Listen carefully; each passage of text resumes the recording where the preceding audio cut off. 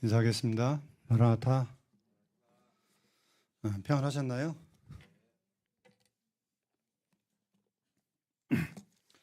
벌써 12월 첫 주가 됐습니다.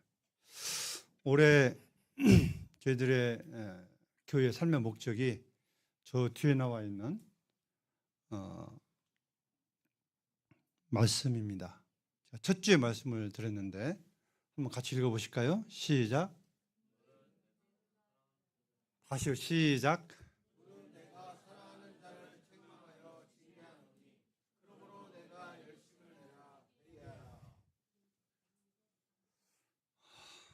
누가 누구한테 하신 말씀이죠?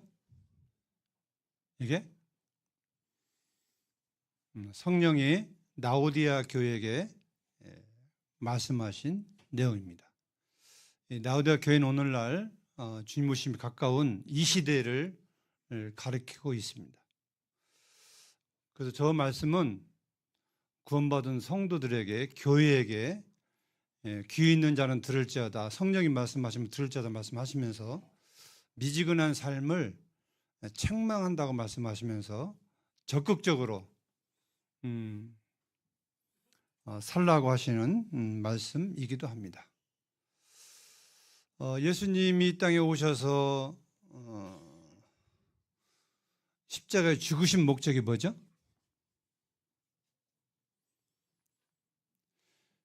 부활하신 목적이 뭐죠? 내가 너무나 기본적인 거 물어보나요? 예수님 십자가에 죽으셔서 이 땅에 오신 목적, 죽으신 목적, 부활하신 목적이 뭡니까? 잘 아시면서도 막상 질문하니까 대답 잘 안 나오시죠? 뭡니까? 목적이면 목적이. 그 목적은요,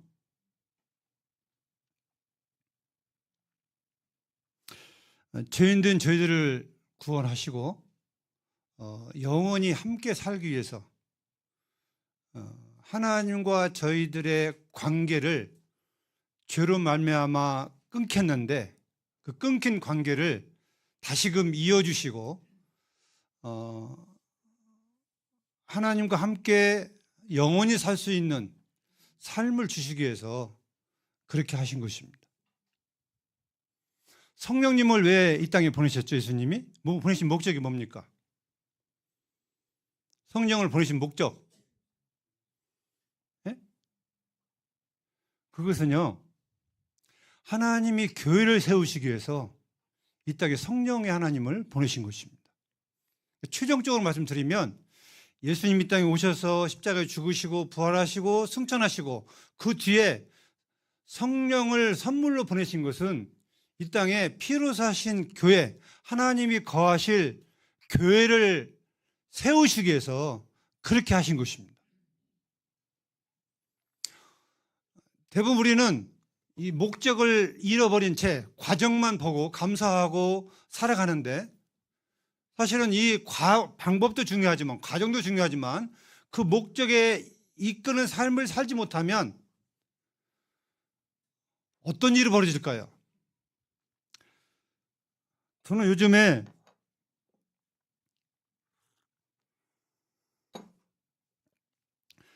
왜 이렇게 미지근한 삶을 살까? 성도들의 삶의 목적이 뭐예요? 사실 교회라는 말은 누가 교회죠? 구원받은 내가 교회예요. 그렇죠? 맞아요, 안 맞아요? 구원받은 내가 교회입니다. 이건 개인적인 교회예요, 교회. 내 안에 성령이 계시기 때문에. 그 다음에 또 뭐가 교회죠? 구원받은 성도들이 모이는 이 모임을 교회라고 생각합니다. 교회들. 복수죠, 복수. 교회는 단수가 될 수 있고 복수가 될 수 있는 거예요. 구원받은 나가 교회가 될 수 있고 우리 구원받은 모든 식구들이 교회라고 하는 것입니다. 그래서 통틀어서 완주 봉동교회란 말은 구원받은 성도들이 모이는 집합체, 성령이 함께 하시는 집합체, 모임 무리를 가리켜서 교회라고 하는 것입니다. 그럼 우리가 구원받은 목적이 뭐냐? 하나님이 우리를 구원하신 목적이 뭐냐? 목적이 뭡니까? 바로 교회예요, 교회. 교회를 세우기 위해서 하나님 우리를 택하여 불러주신 것입니다.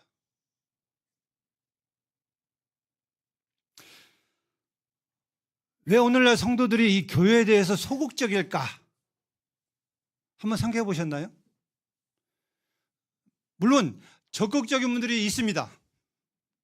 근데 적극적인 분들보다 소극적인 분들이 더 많습니다. 왜 그럴까요? 왜? 이 교회에 대한 가치를 모르기 때문에 그럴 수밖에 없습니다. 우리는 가치 있는 일에 투자하고 가치 있는 일에 신경 쓰이고 가치 있는 일에 온 힘을 다 기울이게 되어 있습니다.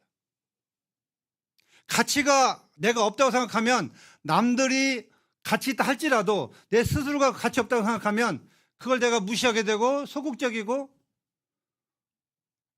이런 미지근하게 되는 삶을 살 수밖에 없습니다. 사도 바울은 교회를 위해서 목숨을 던졌습니다. 복음을 위해서, 교회를 위해서 온 생을 다 드렸습니다. 그가 그 삶을 들은 이유가 뭘까요? 왜 그랬을까요? 사람은 손해보는 짓을 해야 안 해요? 혹시 손해보는 짓을 하고 사는 사람 있습니까? 아무도 없어요. 저도 손해보는 짓은 안 합니다. 교회를 위해서, 복음을 위해서 투자하면 그 가치가 있기 때문에 그가 그렇게 매를 맞으면서도 굶어가면서도 핍박을 받으면서도 그 생애를 그걸 위해서, 교회를 위해서, 복음을 위해서 투자하고 그 생애를 드린 것입니다. 근데 왜 주님을 떠나죠? 왜 교회를 떠나죠? 그 뭐냐면 그 교회라는 가치, 복음의 가치를 정말 가볍게 생각하기 때문에 세상의 쾌락이 교회의 가치보다, 내 삶의 가치보다 더 중요하기 때문에 자꾸 떠나는 것입니다. 저는 이 시간에 이 교회의 가치가 얼마나 중요한지 그걸 좀 말씀을 드리고자 합니다. 교회 가치를 아십니까? 지난주 목요일 날 호남지역 장로 모임이 광주 남북에서 했습니다. 주님이 왜 그렇게 하시는지 모르겠지만 저한테 말씀 1시간을 주셔서 발표하라고 전화가 왔어요. 일꾼들 앞에서 경건한 교회에 대해서 1시간 준비하고 발표하라고 부탁이 왔는데 저는 자신이 없었습니다. 왜 나한테 그런 부탁을 했을까? 난 내 집에서 헤매고 있는 사람인데 내가 무슨 일꾼들 앞에서 무슨 말씀을 어떻게 준비해서 어떻게 하라고 왜 그렇게 하셨을까? 많은 고민과 염려를 했습니다. 안 하면 안 되냐고 몇 번 사역을 했지만 안 하면 안 된대요. 이유가 뭐냐 그랬더니 한 번도 아는 사람을 세우라는 목적이 있대요. 제가 한 번도 안 서봤거든요. 일꾼들 앞에서는. 더 이상 변명의 여지가 없었습니다.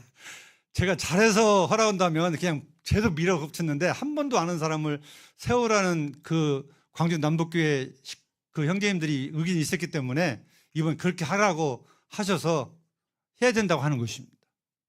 어쨌든 그게 명분이니까 한 번도 안 했으니까 뭐 망하든 흥하든 그건 주님이 하실 문제고 또 내가 또 빼는 것도 또 그 주님이 쓰신다고 하면 또 그것도 문제잖아요. 그래서 그냥 순종하겠다고 해서 1시간 준비해서 했는데 제정신은 안 했습니다. 제가 앞에 강단에 나가서 그런 유머를 좀 했습니다. 경찰하고 소경하고 싸웠는데 누가 이기겠습니까? 제가 물어봤어요. 누가 이겼다고 했을까요? 누가 이겼을 것 같아요? 왜요? 눈에 보이는 게 없으니까. 그러니까 웃으시더라고요. 지금 내 심정이 눈에 보이는 게 없습니다. 그랬어요.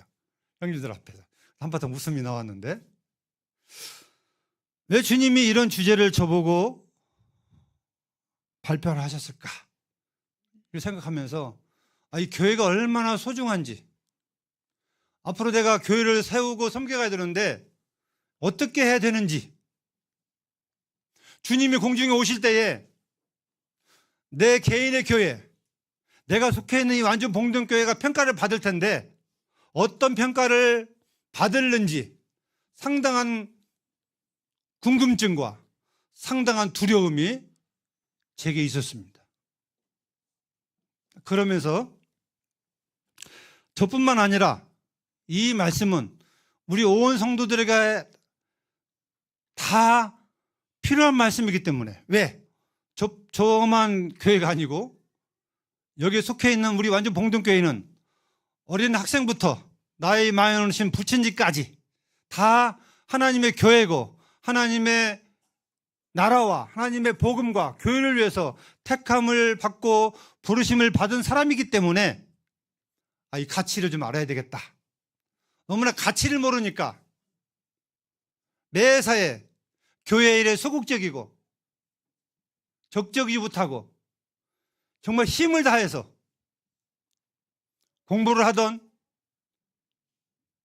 취업을 하던 가정 살림을 하던 모든 목적이 하나님의 교회를 세우는 데 목적을 두고 살아가야 되는데, 그게 성도의 합당한 삶인데, 교회에 합당한 삶인데 나는 과연 그렇게 하고 있는가? 내가 이 땅에 남아있는 목적이 뭐냐? 주님이 나를 이 땅에 남겨두신 목적이 뭐냐 하는 것입니다.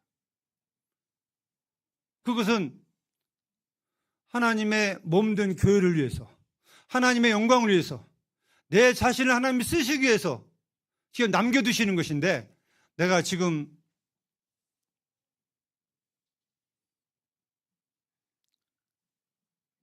거기에 합당하게 생활을 하고 있는지 돌아보는 시간이 됐습니다.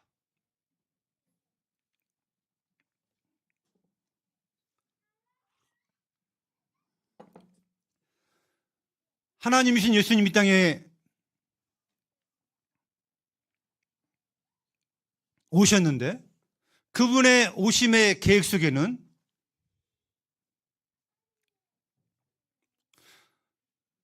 교회라고 하는 그러한 계획이 하나님과 아들 되신 예수님에게 있었다고 하는 것입니다. 이것이 언제부터 계획된 것일까요? 언제부터요?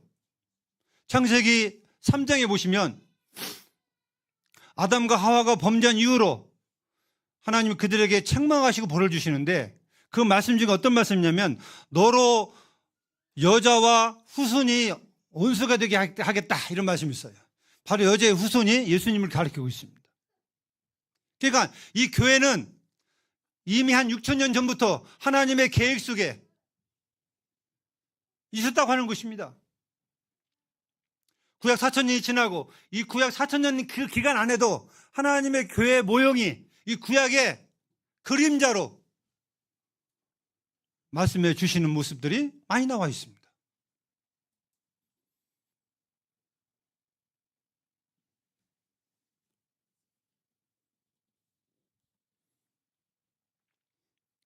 저와 우리 성도님들이 이 교회를 한다면 아마 확 바뀔 것이다 생각합니다. 아직 구원받은 지 얼마 안 되는 분들은 잘 이해가 안 됩니다. 그러나 구원받은 지 10년이 지나면 이 교회라는 것이 무엇인가를 알아야 되고 깨달아야 되고, 왜냐하면 성장했기 때문에. 성장하지 못하면 모를 수도 있습니다. 이제 갓나이가 뭘 알겠어요.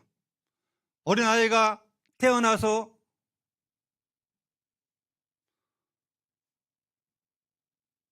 오줌통 부모가 가려주고 성장하면 성장할수록 그가 말을 하고 나중에 크면 엄마 마음을 알고 아빠 마음을 알고 부모에게 효도하게 되어 있는 것입니다. 성장하면, 성숙해지면 그렇습니다. 성숙하지 못하면 여전히 어린 아이로 살 수밖에 없습니다. 이 아이가 성숙하면 부모에게 효도하고 순종하는데, 성숙하지 못하면 여전히 어린아이 같이 살 수밖에 없다고 하는 것입니다. 이 시간 성령의 하나님께서 우리에게, 저와 성도님들에게 이 교회에 대해서 정말 조금이라도 더 깊이 알게 해주시기를 기도합니다.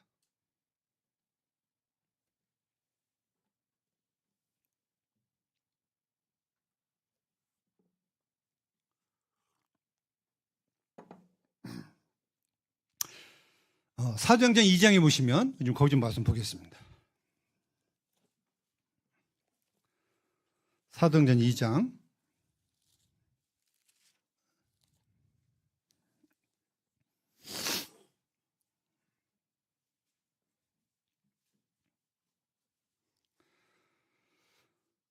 42절부터 제가 좀 읽어드리겠습니다. 그들은 누구냐면 예루살렘 교회가 부흥하는 시기, 3,000명이 구원받은 이 시기에 구원받은 성도들을 가르치고 있습니다. 제자들과 함께 그들이 사도의 가르침을 받아 서로 교제하고 떡을 떼며 오로지 기도하기를 힘쓰니라. 사람마다 두려워하는데 사도들로 말미암아 기사와 표적이 많이 나타나나니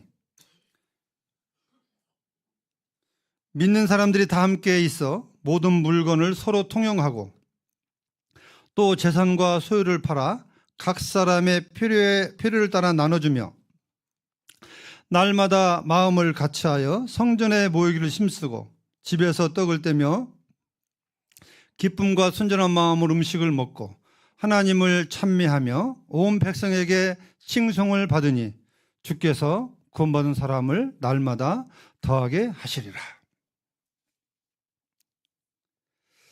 예수님이 승천하신 후에 하나님이 세우신 예루살렘 교회, 성령이 임해서 예루살렘 교회가 이제 세워지는 초대 모습 교회입니다.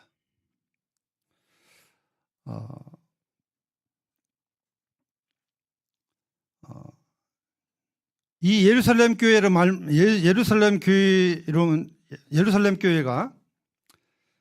교회로서 본이 되는 그런 아름다운 교회 모습이 여기에 그려지고 있습니다. 42절에는 말씀을 가르치고 서로 교제하고 떡을 떼며 오로지 기도하는 데 힘쓰기를 원했던 삶을 살았습니다. 이게 힘쓰다는 말은 그냥 자원에서 막 즐거움으로 모이는 게 아니라 잘 안 되는데 힘을 쓰는 것입니다. 중요한 일이기 때문에 안 하면 안 되기 때문에 그 가치가 있기 때문에 힘을 써서라도 그와 같은 삶을 살았다고 하는 것입니다. 그 다음에 두 번째로는 교제입니다. 믿는 사람들이 다 함께 있어 모든 물건을 서로 통용하고 또 재산과 소유를 팔아 각 사람의 표를 따라 나눠주며 이렇게 말씀합니다. 이 당시에 3,000명이 구원받을 때에 이 예루살렘의 지역에 있는 성도들만 아닙니다. 먼 타 지역에서도 많이 왔다는 그러한 이야기가 들려지고 있습니다. 그들이 구원받은 이후에 얼마나 좋았으면, 얼마나 감사했으면 그들이 같이 날마다 기도하면서 찬양하고 교제하면서 특히 재산을 팔아서 공용으로 쓰는 이런 삶을 살았다고 성경은 기도하고 있습니다. 그 다음에 날마다 마음을 같이하여 성전에 모이기를 힘썼다고 말씀하고 있고 집에서 떡을 떼며 기쁨과 순전한 마음으로 음식을 먹었다고 말씀을 하셨습니다. 이 초대교회의 아름다운 모습, 그런 모습이 되어지기를 바랍니다. 교회라는 것은 하나님께서 죄인들을 택하여 불러주셔서 성령을 주심으로 성령께서 함께 하시는 바로 불러낸 무리를 가리켜서 교회라고 말씀하고 있습니다. 내 한 사람이 구원받기까지 거저된 것이 아무것도 없습니다. 정말 내가 구원받기까지 하나님의 은혜가 첫째고 택하심 첫째고 또 가족들의 기도와 성도들의 기도와 전도하는 이런 희생의 값을 통해서 하나님이 한 사람 한 사람을 구원하셨습니다. 다시 말씀드립니다. 나를 구원한 목적은 지옥에서 건져서 천국에 보내주려고 하나님이 구원하신 목적이 아니라고 하는 거예요. 거기에만 머무르면서는 안 된다고 하는 것입니다. 하나님이 세우신 그 교회, 이 교회라고 하는 이 엄청난 하나님의 모든 계획이 다 있는. 자, 좀 있으면 주님이 공중에 재림을 하신다고 약속이 되어 있습니다. 지금은 성령의 시대이고 교회의 시대입니다. 주님이 공중에 오시면 성령의 시대가 마감이 됩니다. 구원받은 성도들과 동일하게 성령도 같이 휴거가 되게 돼 있어요. 이 땅에 더 이상 성령 역사가 없다고 하는 것입니다. 지금이야말로 성령의 시이기 때문에 성령의 역사하심이 있는 하나님의 은혜 시대입니다. 이 시대가 언제까지 갈 것이냐? 그건 아무도 모릅니다. 또 내가 언제 죽을지 아무도 모릅니다. 우리는 정신을 차려야 됩니다.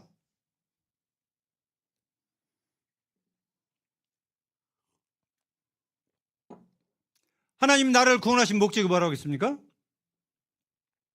교회를 위하여 사랑하고 섬기라고 구원하신 것입니다. 여기에 미치지 못하면 이건 고장난 성도입니다. 뭔지 아시겠죠?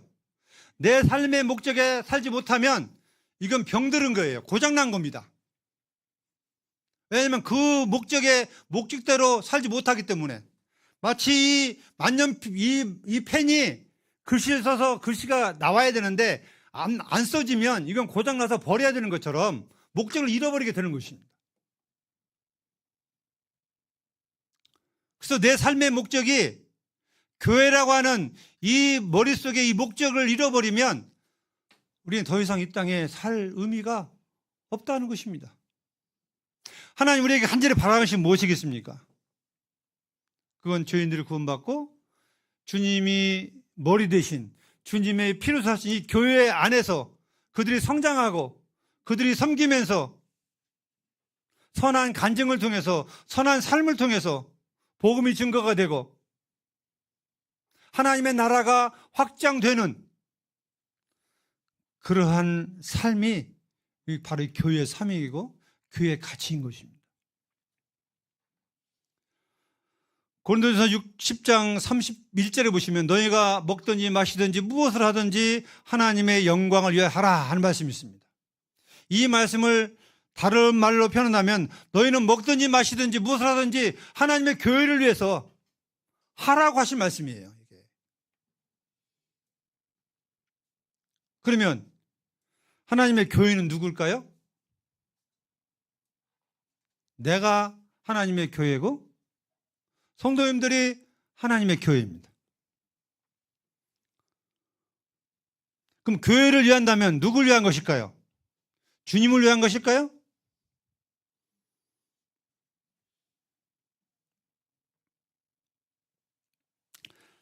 고린도전서 12장을 좀 말씀 보겠습니다.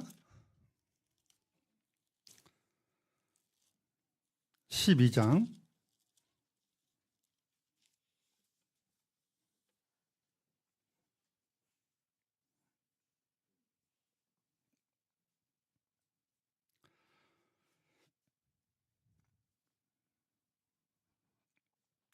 24절부터 보시면 우리의 아름다운 지체는 그럴 필요가 없느니라.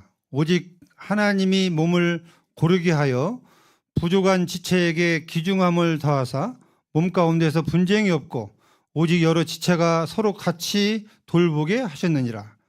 만일 한 지체가 고통을 받으면 모든 지체가 함께 고통을 받고 한 지체가 영광을 얻으면 모든 지체가 함께 즐거워하느니라. 너희는 그리스도의 몸이요 지체의 각 부분이라.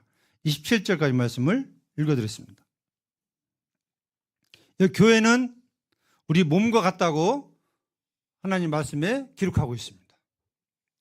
우리 몸에 덜 귀하고 더 귀한 것이 있다고 없다고요?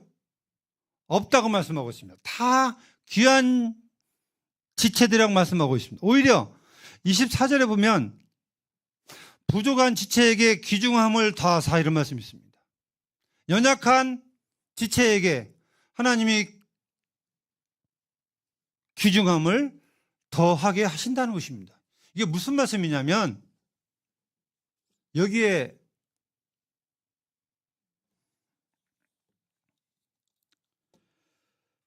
갖다 붙여도 맞을지 모르겠지만 한 집안에 자녀가 5명이 있습니다. 근데 4명은 다 건강한데 한 아이가 아픈 손가락이에요. 그러면 그 집안 온통의 그 목적이 어디에 다 가 있나요? 건강한 사람이 가 있나요? 아픈 사람이 가 있나요? 아픈 아이에게 부모는 그 아픈 아이에게 모든 그 포인트를 맞춰서 가정이 돌아가는 것입니다. 심지어는 건강한 아이들까지도 그 아픈 동생과 그 누나 오빠를 위해서 거기에 함께 살아가는 데에 목적이 있는 것입니다. 제가 이런 말씀 왜 여기에다 붙이냐면 오늘날 성도들이 하나님의 교회 안에서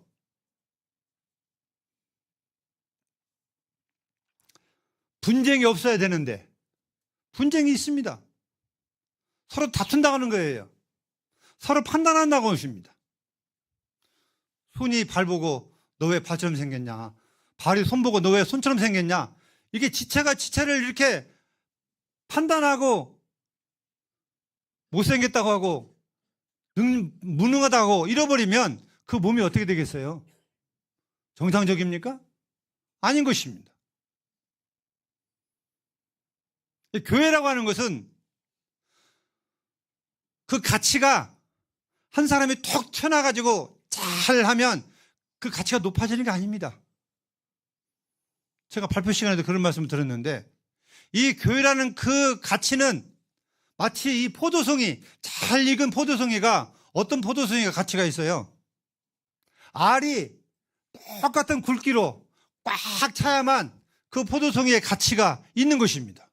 어떤 날은 막 주먹만 하고 어떤 날은 막 콩알만 하면 그 포도송의 가치가 있나요? 가치가 없습니다. 우리 사람도 가치가 없다고 보는 거예요.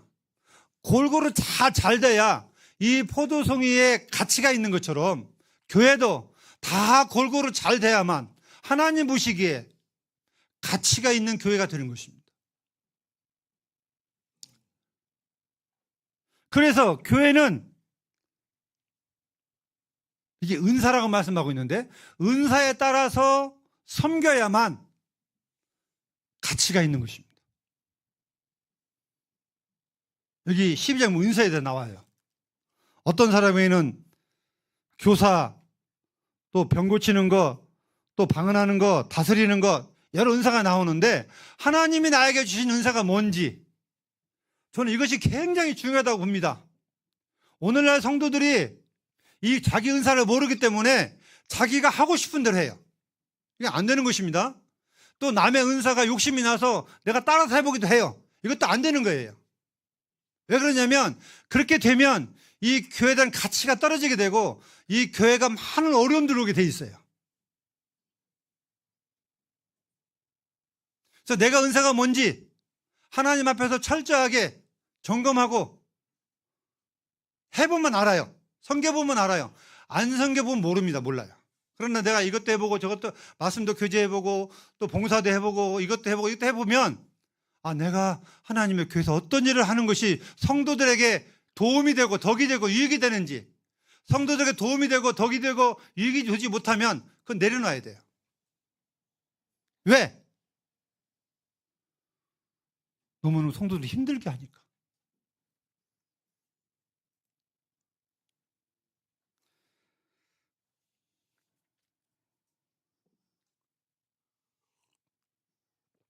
저희 몸에는 없을 줄 믿습니다만은 제가 신앙생활 한 40년 이상 한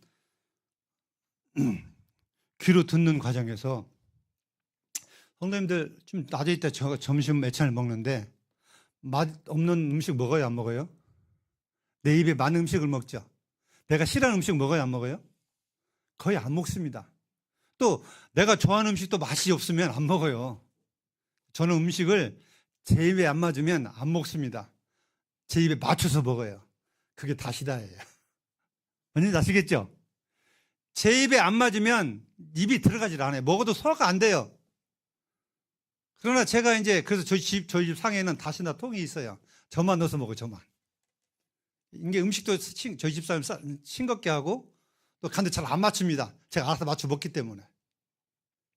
이 맛이 없으면 음식 먹는 것처럼 고통이 없어요. 그래 안 그래요? 예? 배고프면 맛있겠지만 쓴 것도 달겠지만 그러나 평상시적으로 맛이 없는 음식은 참 먹기 힘듭니다. 마치 맛있는 음식을 넣고 이가 아파서 못 먹는 경우가 있어요. 이가 아파서 하는데 참 맛있는 고기를 넣고 씹으면 뭐가요? 아파요, 안 아파요? 아프니까 그걸 못 먹는 것입니다. 이게 아파서 못 먹는 경우도 있고 맛이 없어서 못 먹는 경우도 있어요. 근데 음식은 배고프면 맛있어요, 안 맛있어요? 다 맛있어요. 성경에는 쓴 것도 달다고 했어요. 쓴 걸 먹어도 달아요. 그래서 옛날에 배고플 때는요, 지금은 잘 안 치면 보리쌀을 삶아가지고 한번 놨다가 다시 밥을 해 먹거든요. 보리쌀 삶아가지고 장독에 놓으면 그 보리쌀을 훔쳐 주먹을 때가 있었어요. 꺼끌꺼끌한 그 보리쌀을. 배고프니까. 근데 하나님의 말씀은 교회 섬기는 이 은사 부르는요, 그렇지도 못합니다. 저도 이제 앞에서 말씀을 전하지만 정말 제가 전하는 말씀이 성도들에게 유익이 되는지 안 되는지. 알찬 때는 밥을 드시면 잘 먹었습니다, 맛있게 먹었습니다 고백하는데 말씀을 듣고 나서는 한마디도 제가 들을 적이 별로 없어요. 좋았다는 말을 듣나 뭐 이런 아무 그런 말을 듣게 사는 건 아니지만 거의 안 하시잖아요, 그죠? 저도 잘 안 하거든요. 그러니까 성도에게 유익이 되는 건지 내가 정말 말씀 전하는 은사가 있는 건지 지금 모르는 채 40몇 년을 해오고 있습니다. 저도 잘 몰라요. 내려놓고 싶은데 환경이 안 되니까 지금 붙들고 있는 것입니다. 우리 모임에서도 말씀을 잘 전한 분들이 일어난다면 정말 저는 내려놓고 싶어요. 왜냐하면 앞에서 말씀을 전하는 것은 잘 전해야 본전이에요. 잘못 전하면 저 위에다 책망받습니다. 왜 내가 그렇게 안 했는데 그렇게 잘했냐고 책망받습니다. 성도들이 섬기는 데 있어서 말씀 빼놓고는 다 섬기는 데 이익이에요. 남는 장사예요. 근데 말씀만큼은 하나님의 뜻을 온전하게 전달해야 되고 바로 가르쳐줘야 되고 또 잘못 가르쳤으면 바로 그걸 반복해서 내가 잘못 가르쳤습니다, 잘못 배웠습니다, 이걸 다시 얘기해 줘야 되고 막 이런 게 좀 복잡해요. 그래서 말씀을 올라올 때마다 두려움이 있습니다. 항상 그렇습니다. 그래서 우리는 교회 가치에 있어서 내 마음대로 섬기는 것이 아니라 정말 하나님의 뜻인지 아닌지 이걸 잘 분별해서 우리가 각자 위치에서 교회를 섬겨야 될 것입니다.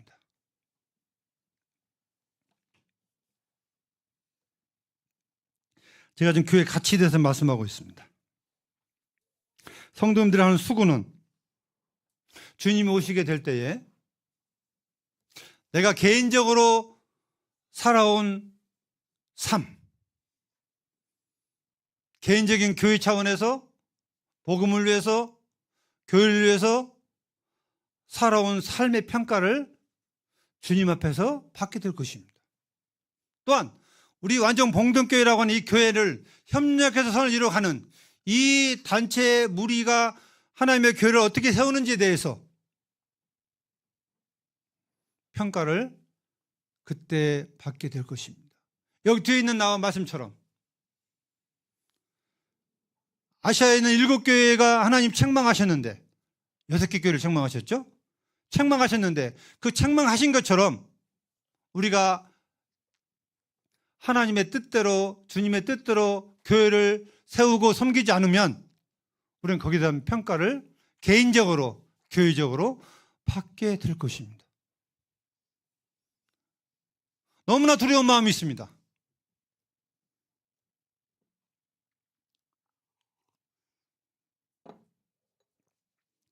하나님의 교회 사업이 그만큼 중요하고 그만큼 가치 있다면 우리는 날마다 기도하면서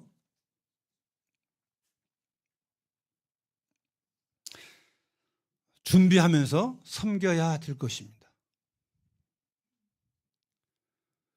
교회의 가치는 아무리 강조해도 지나치지 않습니다. 교회를 위해서 기도하고 교회를 위해서 헌신한 만큼 주님은 베풀어 주실 것입니다. 교회를 안다면, 교회의 가치를 안다면 성도가 성도를 판단할 수 없고 성도가 성도를 비판할 수 없습니다. 그건 하나님을 비판하는 것입니다. 내 지체를 비판하면 주님을 비판한 것 같습니다. 왜? 주님이 머리 드신 분이니까. 우리 서로 비판하면 주님을 비판하는 거예요. 교회를 경히 여기면 주님을 경히 여기는 것입니다. 주님하고 교회하고는 밀접한 하나의 하나. 둘이 아닙니다. 따로따로가 아닙니다. 성도님, 이 점을 아시고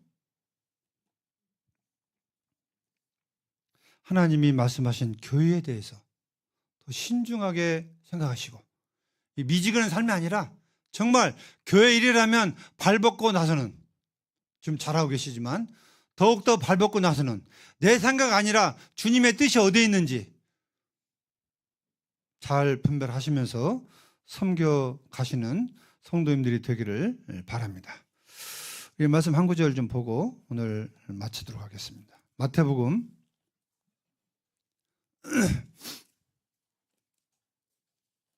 7장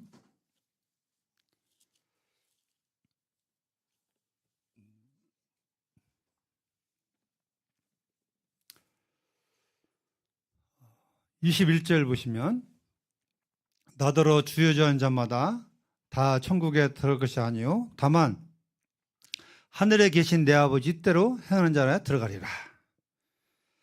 그 다음 24절 보시면, 그러므로 누구든지 나의 이 말을 듣고 행하는 자는 그 집을 반석 위에 지은 지혜로운 사람 같으리니 비가 내리고 창수가 나고 바람이 불어 그 집에 부딪히되 무너지지 아니하나니 이는 주추를 반석 위에 놓은 까닭이요 나의 이 말을 듣고 행치 아니하는 자는 그 집을 모르 위에 지은 어떤 어리석은 사람 같으리니 비가 내리고 창수가 나고 바람이 불어 그 집에 부딪힘에 무너져 그 무너짐이 심하니라. 하나님의 교회는 너무나 가치 있는 교회이기 때문에 반드시 반석 위에, 예수님 반석이죠, 주님의 뜻대로, 하나님의 뜻대로 세워져야만 그 공든 탑이 무너지지 않고 없어지지 않고 그대로 남게 되는 것입니다. 이제 끝나면서 좀 찬송 한 장을 드리기를 원합니다.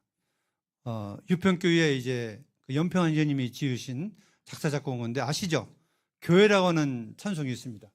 한번 잠깐 좀 틀어보실까요? 우리 이 찬송을 한번 같이 부르면서 하나님의 교회에 대한 마음을 갖게 되기를 원합니다.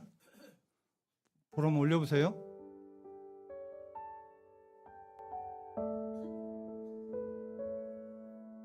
사람이 넘치기보다 사랑이 넘치는 교회, 섬김을 원하기보다 섬김의 기쁨 알아가는 교회.